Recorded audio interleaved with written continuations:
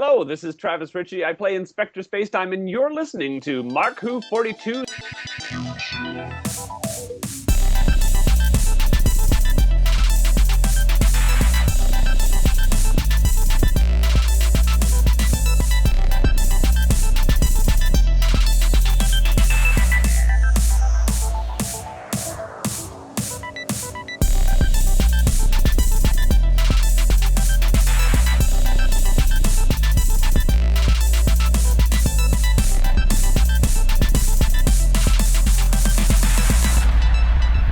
Welcome to a special Hooey, Landy, Wary version of Mark Who 42's universe, Hooniverse, Warniverse, whatever we want to call it.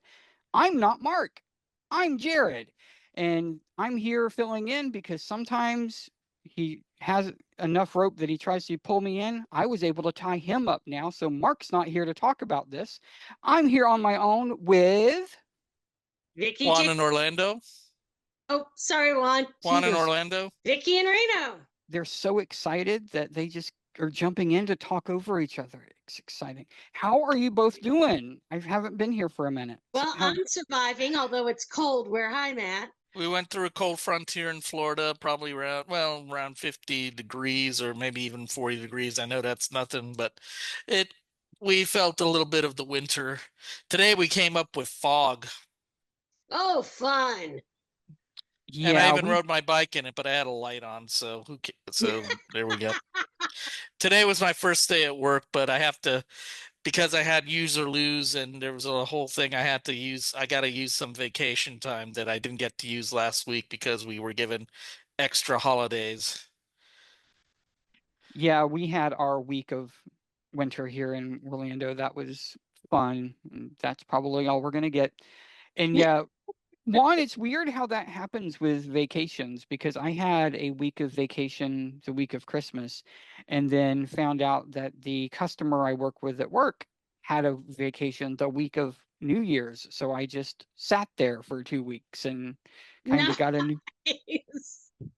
But that's all good. That gave me plenty of time to experience the spectacle that we are here to talk about this week. It is a Doctor Who timey-wimey focused episode of the show this week where we are talking about the 5-episode spinoff, The War Between the Land and the Sea, which aired on BBC One and BBC iPlayer.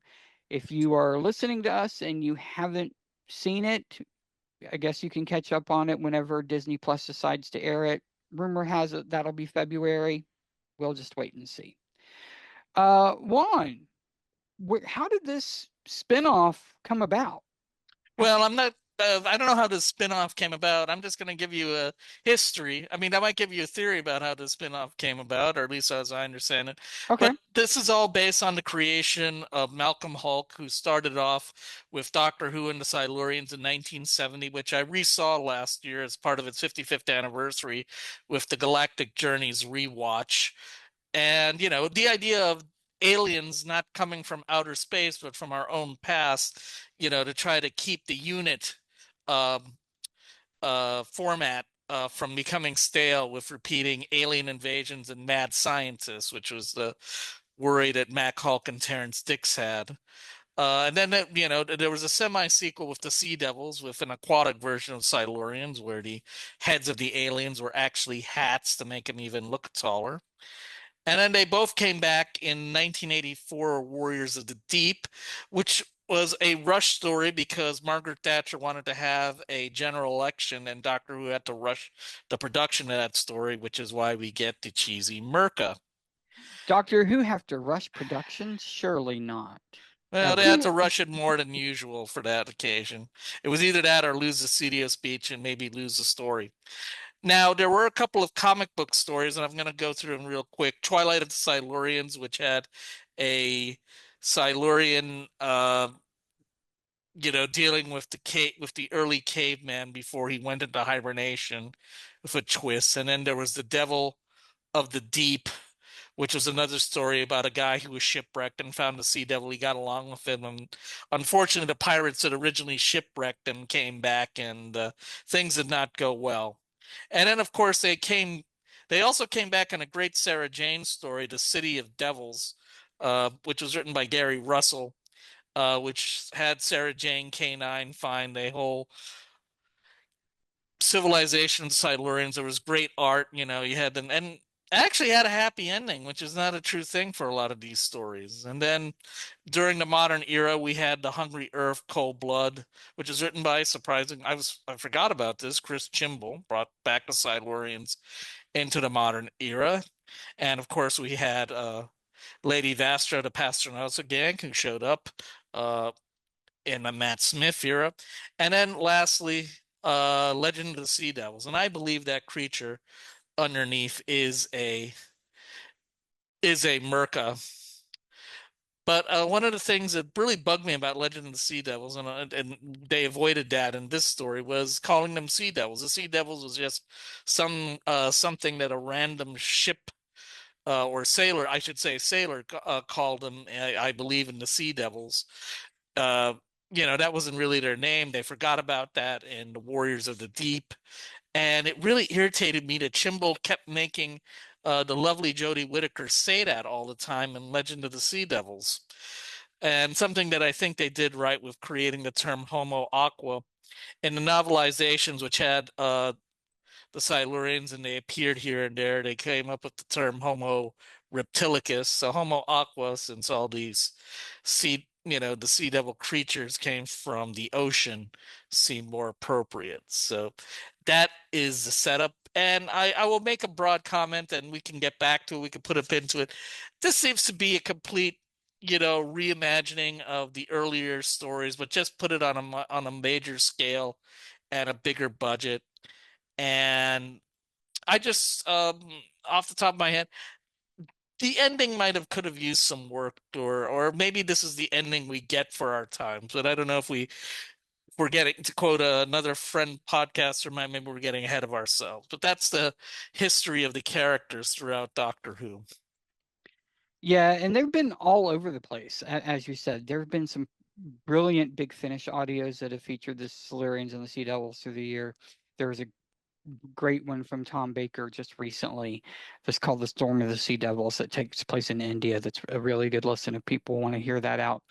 But yeah, this was, as we talked about, this was a 5-episode spinoff. It aired 2 episodes one Sunday, 2 episodes the following Sunday, and then 1 episode 5 to do it out. One thing I found really interesting, Vicky, is this spinoff series, ratings-wise, did better than the main show.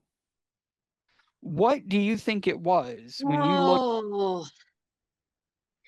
See, I'm going to tell you, I find ratings to be an interesting measure, because in this day and age, trying to capture what ratings are in the world of streaming, I think sometimes makes things more difficult. We can look at, what it is through, initial nights and things like that.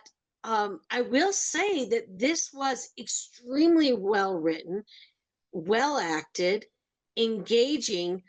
I wanted a smidge more in the finale myself too. But there was something about it that was just, I can't put, I want to say like old Who. Okay. There was something about it that really grabbed me emotionally, mentally, action, kind of had it all, one of those episodes. Yep. For me, it very clearly was inspired by and was in many ways a spiritual sequel successor to Torchwood Children of Earth.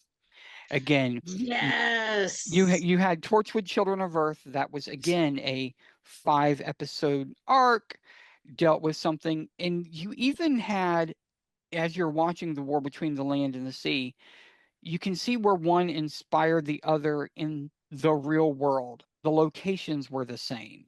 They used the same building. They set up a tank at the end of the one room so they can have that conference. It's almost like they learned from what they went through with the 456 and applied it to this conclave with Homo Aqua, with brilliant actors and actresses. I don't know how deep into plot and spoilers we want to go. Clearly, we can just talk about it at a general level. The Sea Devils live in the sea. They live in the water, and we are not very nice to our oceans. And they are What? kind of I'm shocked. they're Sorry. kind of I actually have to challenge that a little bit because okay. I actually was curious because okay, and again I might be getting ahead of ourselves. The the whole thing about him drinking from the Thames. I mean I did a research on it. Now this is from the uh Thames Museum. I'm going to check the Royal Museum Greenwich, and there was an article that says by the 1960s, the style spent in warm weather was again notable, but the port set about improving it, and this increase in liver life brings in bat species and key bird species is here, so it's not uncommon to spot gray seals and harbors and porpoises in central London. Despite the stubborn perception that the river is dirty and lifeless, this is no longer the case. The Thames is currently one of the cleanest waterways in the world, and the same you can say about the Seine. And this is an essay written by Dr. Hannah Stocking, curator of Maritime, London, and Merchant Marine or Royal Museums. Now, they could have used a better example, or they could have done that scene another way. I mean, unfortunately, Would it have been as dramatic? yeah, if you could make it, I mean, that's your job to make the writer's job is to make it dramatic. I mean, I remember one of the good news stories from CBS Sunday Morning was that people were swimming in the Seine in Paris. That's why I brought up the Seine. So, I mean, and But really, Juan, historically, if you get at it and you look at any show that takes place in history, I'm even going to go to Back to the Future in the Wild West, where he orders water and it's a brown glass that gets I've got set a in front of funny him. joke about that. My father saw that scene and goes, Yeah. I drank water like that. It's no big deal. Oh, But in our My modern father was day, born in 1927, keep in mind, yeah, and in in Colombia. our modern day, though, if you set something that is not crystal clear, sparkling water, mhm. it's dirty, and that's just what we've been taught as a species, as a society. So, yeah, all good here. Vicky, what were your thoughts overall? Okay, so overall, Mhm. I truly enjoyed this. As a matter of fact, my husband and I sat down because of our schedules and watched it all, well, almost all in one night. And then it came to be 1 a.m. We're like, okay, we'll watch the last one in the morning. Um, but it was one of those that it was like a book you couldn't put down. Um, and I can be nitpicky about CGI and makeup. I thought they did an extremely good job. I know how hard it is to make a makeup effect that will survive water. I know how hard it is to shoot in water, and even though some of it may have been CGI, some of it was clearly practical, Mm-hmm. which I very much appreciate. I think some things have to be practical. We are not yet to the point where you can do everything in digital without it looking like it's digital. Our eyes have become accustomed. Uh, I truly enjoyed this story. I am a tree hugger, and I have a friend. I grew up in Hawaii, and I have a friend who started a awareness nonprofit to try and protect the sea turtles there because they were being affected by the plastics and the microplastics that were all around the islands. And I actually, I use my own straws now. I'm that's how bad I am, or how good I am. I don't know how you want to look at it, But so for me, I felt it was relevant, it was timely, and a little bit of a spoiler that when they have the scene where the plastics are falling into the streets of London, I was both horrified and cheering all at the same time.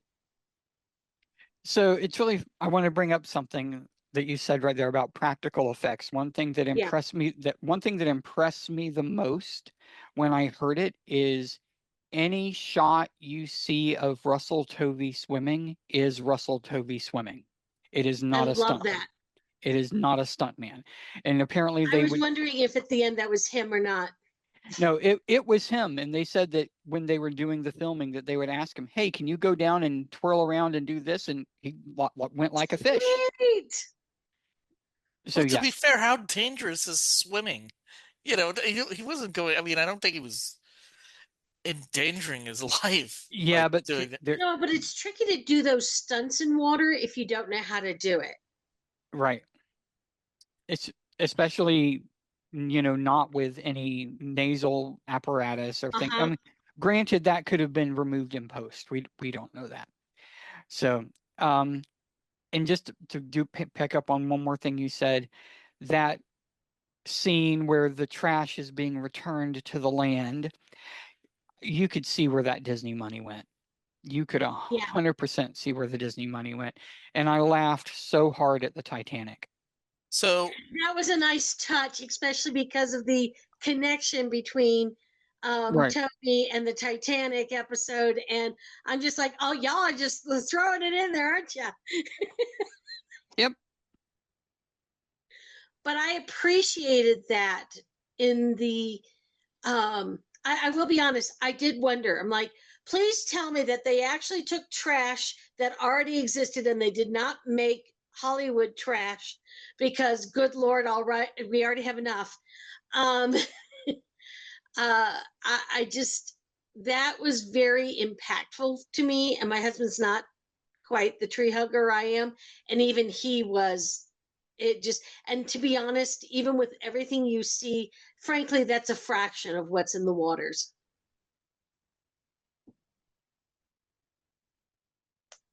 Yeah, it's a fraction of it. I watched a lot of Sequest. I've seen all those documentaries.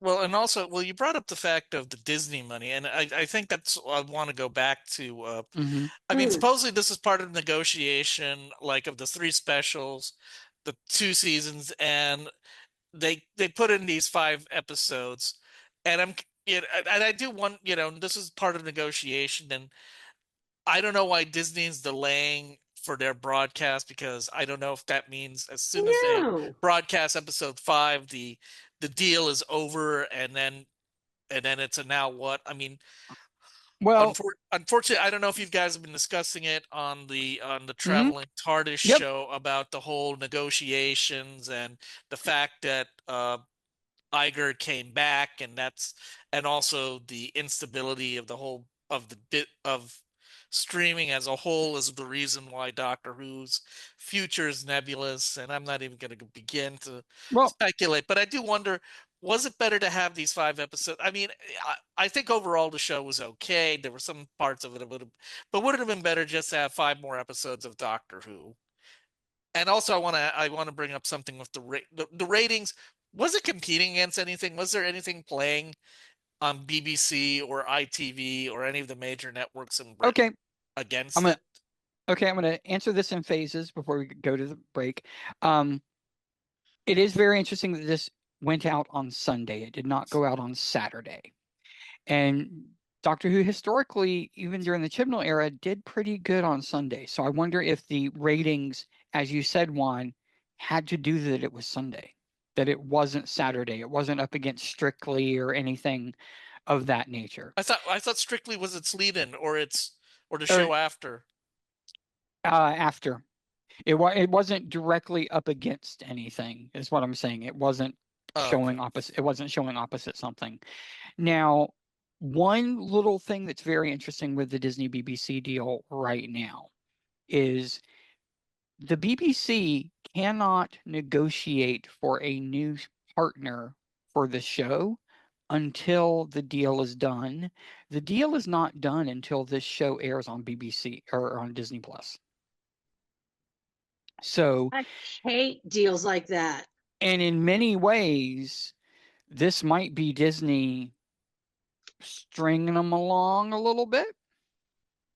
So we'll just have to see how that goes.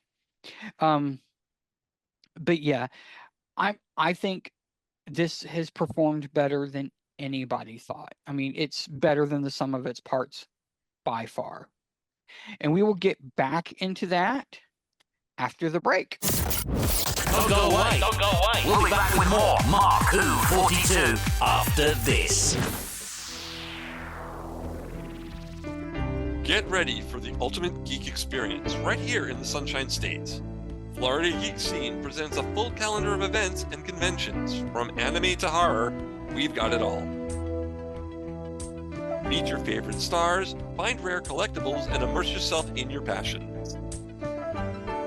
Experience the thrill of cosplay and witness amazing live performances. Stay up to date with the latest news and reviews all across Florida.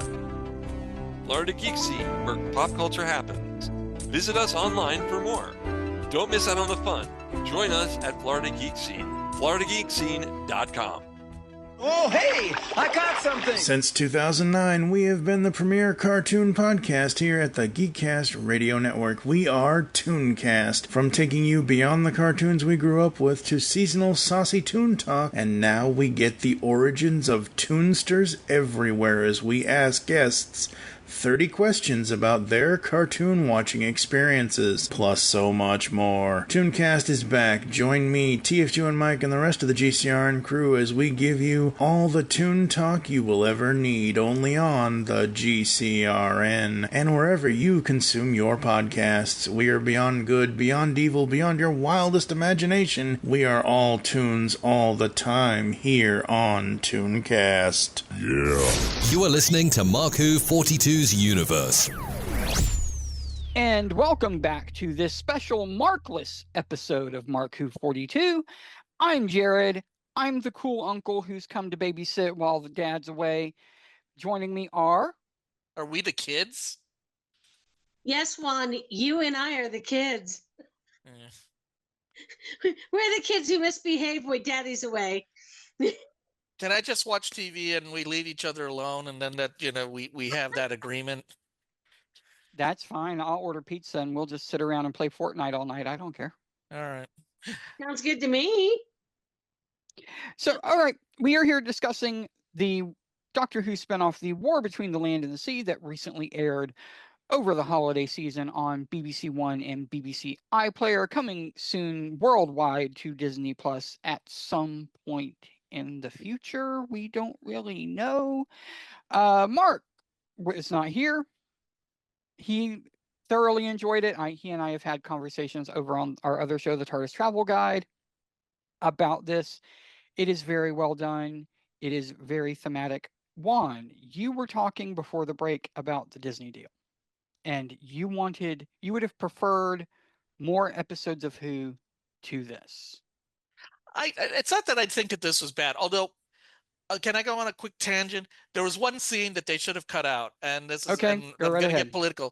They should have cut out the scene where they ate the dogs, because unfortunately right now in this country, very powerful political people are trying to increase that myth that certain outsiders like to eat dogs, and it just got and I know that it might not be, they wrote this before, who knows, I assume they wrote this or maybe even shot it before the 2024 campaign, Right. but I think that was a mistake to show that.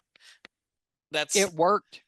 It made you uncomfortable, and that was what it was supposed to be. Yeah, but unfortunately it might be giving credence to a myth, which is a bald-faced lie. So that's my problem with it. You might be substantiating a lie. I might be overreacting to that, but I said that no, they shouldn't have done that. I'm okay with that because they needed an analogy for us eating fish. And Yeah. But what do they eat? It's very tricky what you would pick. I mean, a cat. One thing I wanted to remind you of, Juan, is you talked about this having a very classic series feel. And if you I look think at that was Vicky. I think that was Vicky, to be fair, that Vicky, said that. okay, Vicky, yeah. The writers of this show, episodes 1 and 5 was Russell T. Davis, obviously. Writer in the middle for the middle 3 was Pete McTighe. Pete McTighe has done a lot of good new series. He did the Kablam episode, he did Praxius, there's good stuff here. However, Pete McTighe is also the person who has been writing and producing those little classic series mini episodes for the Blu-ray sets. So you just had that wonderful little scene with Peter Davison and Janet Fielding as the Doctor and Tegan with Mark Strickson. You had that lovely little thing with Louise Jameson as Leela in the Time War. He's been putting these together. That's Pete McTighe too. So in many ways, he's got that feel down for it. So it completely makes sense as to why it would be there. And to be frank, I've said this before, I wouldn't complain if he was the new showrunner. I wouldn't cry. I hope we kind of get it because he can make Doctor Who in multiple formats. That's been proven. So yeah, Vicky, did you have any negative takeaways from this? Like Juan had his issue with the dogs. Do you have any negative feelings about this? Well, okay. My first negative feeling was I wanted more, and how dare they end it after only 5 episodes. The only real negative in my book with this one, because I also have, yeah, and I know you guys feel this way too. There's no such thing as perfect. But this was really good, and I enjoyed so much of it. I felt the ending was almost too abrupt. Okay. Although it fits, especially from a scientific point of view, once they deploy, of course, it would all happen very quickly. So, but it felt like it was just it was swelling to an amazing scene, you know, like in poetry it swells up, and it flopped a little, just a smidge. Flop is too strong of a word, but it was just not enough. I feel like the ending needed more. I'll agree with you 100% there. This could have easily been 6 episodes for me. It's almost like there was some exposition that was missing at the end. Because the only real complaint that I'll give credence to for people is it's not really clear what happens in episode 5. Okay, Russell. My husband made that same comment. He said, "I feel like we missed a scene." Wait. Yeah. What do you feel is unclear? I mean, I don't feel this ambiguity in it. So that's. Russell Tovey randomly grows gills. Why? Was it because of the thing that he was injected with? Was it something that Salt did to him? Like, what caused him? It was something that Salt did to him, because they allude to it, how he kept talking about how something felt wrong early on after being rescued by Salt. Right. And I agree. I thought Salt did something to him. So at least that's how I explained it in my head. I believe the injection was the virus. Yeah, the injection was them using him to go commit this. It was just smidge unclear. I mean, I made my supposition, but there was, I wanted a little bit more information.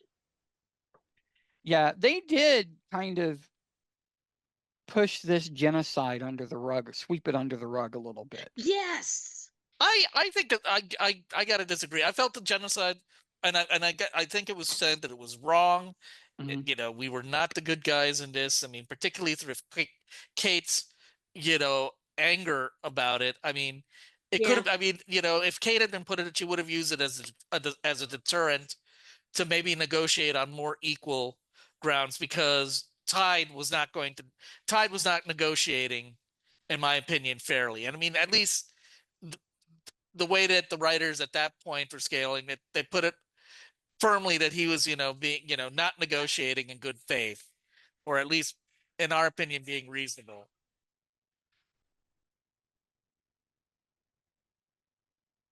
Yeah, I can agree with that 100%. Did you recognize Tide? Say that again? Did you recognize the actor who played Tide? Oh, no, I didn't. He was Tim Shaw from Jodie Whittaker's seasons. Oh, okay. I think I heard about that before, but I just forgot about it. Yeah. Yeah, the actor Samuel Otley. One thing that I really appreciated for this, and I really hope that they pick up on this story arc moving forward, is Kate is not in a good place right now. Yes. Well, no, this is a very stressful situation, and she's at the guard, and people are trying to take her out, and she's also fighting all these other forces, and she's trying to do her best. Yeah, and I'm just she will saying, do whatever it takes to get it done, or at least what she Yeah. thinks needs to get done. yeah, but you end this story with her pulling a gun on a civilian. Oh, but I kind of like that because I'll be honest. There's a Carl Hiaasen novel called Sick Puppy, Yep. which is one of the antagonists in the book constantly throws his mail and other trash out of his car window. And he gets his comeuppance in a very painful and graphic way in that book. So I'm sorry, I mean, seeing somebody casually throwing a bottle, and the guys who initially threw the bottle in the Mediterranean, I believe it's in the Mediterranean, which they captured the first Homo aqua. Yep. I really don't have sympathy for those people. I mean, I should they be beaten with sticks? No, but I don't consider that person. I have a low opinion of that person who casually throws away something when there's probably a garbage can less than, 50 meters or whatever it is nearby. There's no excuse for it, in my opinion. And it is good to see, and this is me saying this because representation matters, to see the command structure at unit. Granted, Ibrahim is now, there's an Ibrahim shaped void there, but Shirley Ann Bingham is second in command now. Yeah. Well, actually, I'm looking at the wiki. And I didn't get this. Apparently, she's Unit's 56 scientific advisor, and and they say part of Kate's personal staff. So she's a scientific advisor. Whether that makes her second in command, I'm not sure, or third in command. But Well, she assumes command, and Kate isn't there, and she steps in. So she was the highest ranking person that was there at that moment, and there's not anybody else that except maybe Ibrahim that would have been higher. And of course, he sacrifices himself at was it at the end of episode 2? End of episode 2, yeah. Yeah, okay. Which, didn't see that coming, and it's very sad. Juan, Vicky, I want to pose a question to you. There is a line from Russell Tovey's character, okay, where he talks about meeting the doctor, that the doctor said hello to him in the eunuch. Which incarnation do you think that was?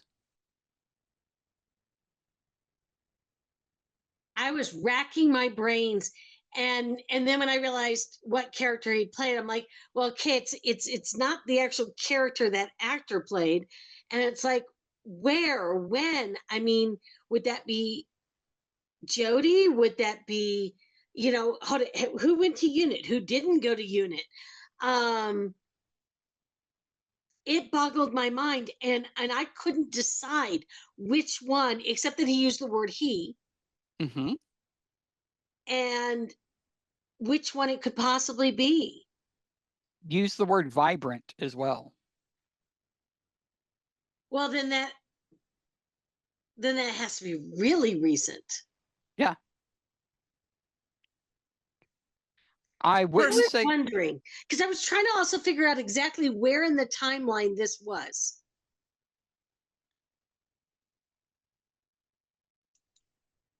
Well, personally, I mean, if I had to make a guess, I would say in Judy Gotwa, but not to put you down, Jared.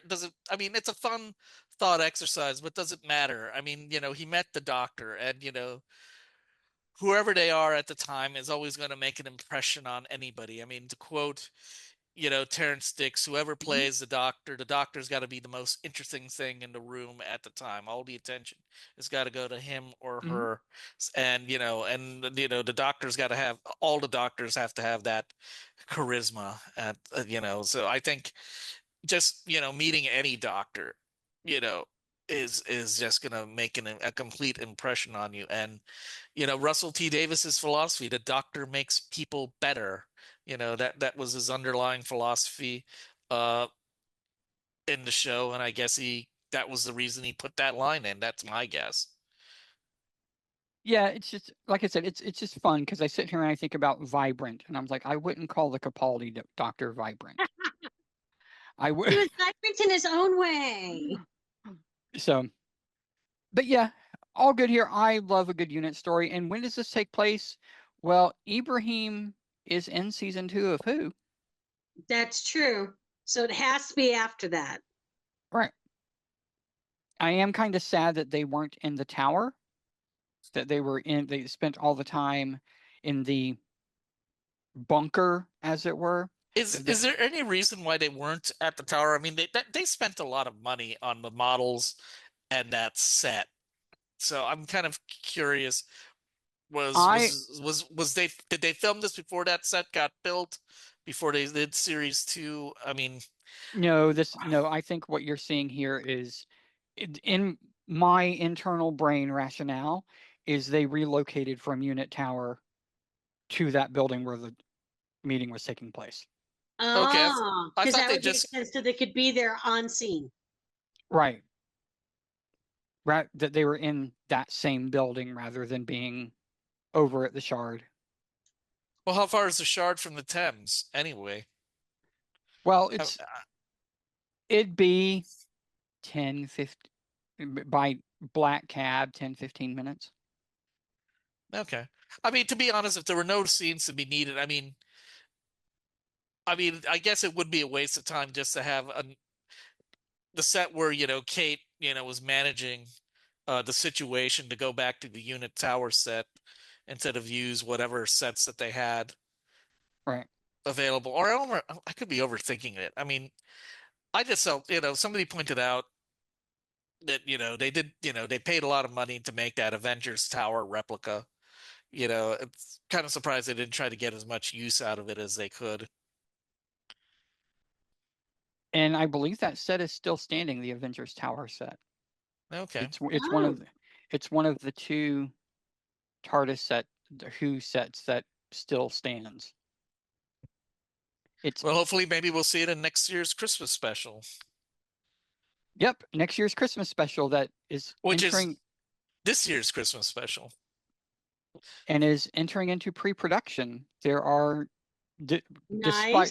despite what people say and are trying to make out to be true online, this show requires lead-in and pre-production, and yes, there are draft story scripts that exist, and pre-production has already begun on it. That means the script is finished, because you can't do pre-production without a finished script. That you have a finished script. It may not be the final script. I mean, take a good look at the Reality War, and there was a final script of that, and then. Yeah, I want one of these days. I can't wait to find out what really happened to the Reality War, and why. Unless there was something I missed, I don't think we've gotten a full answer of why the Reality War was really strongly rewritten, at least at the end. At least that's how I understand it. And I know that might be a tangent, although Mark loves tangents, but it's a tangent, and fortunately for us, I have no problem talking about it because Carol Ann Ford and Bonnie Langford have gone public in interviews and talked about things that they filmed that were not used.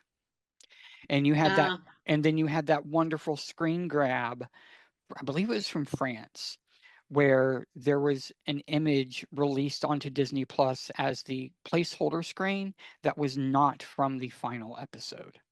And they went back Interesting. and figured out that it was from the original ending. So yeah. Yeah, that whole thing went down, Juan, about this time last year is when everything sort of fell apart there. Because if you remember, Ncuti Gatwa went on the Graham Norton show, and people that were in the Graham Norton show live heard him speak on the couch, "We're going to be filming season 3 in the spring." And then between the time it was recorded that afternoon and it aired that night, that line had been cut from broadcast. Wow. So it was going on then. With a 90-mile high look at what went on, I would feel safe saying that you had Ncuti, who was getting better offers elsewhere and couldn't hang along and couldn't just wait on Disney to say, "Oh, we're going to pick it up. We're going to pick it up. We're going to pick it up. We're going to pick it up." And crickets. I mean, the same thing happened to Freema Agyeman. Freema Agyeman was told when she left at the end of season 3, she was still under a contract for a multi-year thing.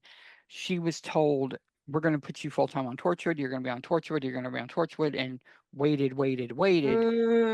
And it never came to bear. So they ended. That's why you had Martha show up for a couple episodes in season 4 and a couple episodes of season 2 of Torchwood to fill out the rest of her contract.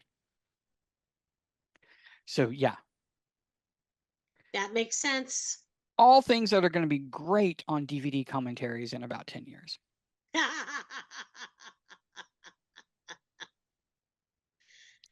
I swear sometimes and I'm going to use the word politics behind TV shows and movies, it just, sometimes it's good, sometimes it's bad. It blows your mind at some point that you can't just do a TV show. You can't just do a movie. There's a million things that go into it. Vicky, Juan, I don't think I've ever... I know, Vicky, I haven't told you this story. Juan, I don't think you know the exact details of this story. When I was still organizing conventions, this would have been 2007, 2008. It was actually before the first Hurricane Who came out. I had a friend call me up and say, "Jarrod, I need you to come see something."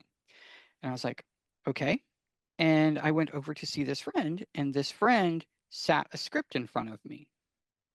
The script was for a episode called The Next Doctor. Now, mind you, this was just after the finale of season 4. And I saw a name watermarked on the script. I saw different things, and I sat there and read it. And my friend asked me, "Is this real?" And I sat there and I was like, "I believe it might be, because this is a naming convention that they use on scripts. They use this, they use that." I went and contacted someone I know on the production team at Doctor Who and said, "I have a script in front of me. This is the name. This is what it's called. This is the name that's watermarked on it. On page 7, you have characters named this, this, and this, and this character says that." Within 48 hours, I had a cease and a gag order, an NDA from BBC.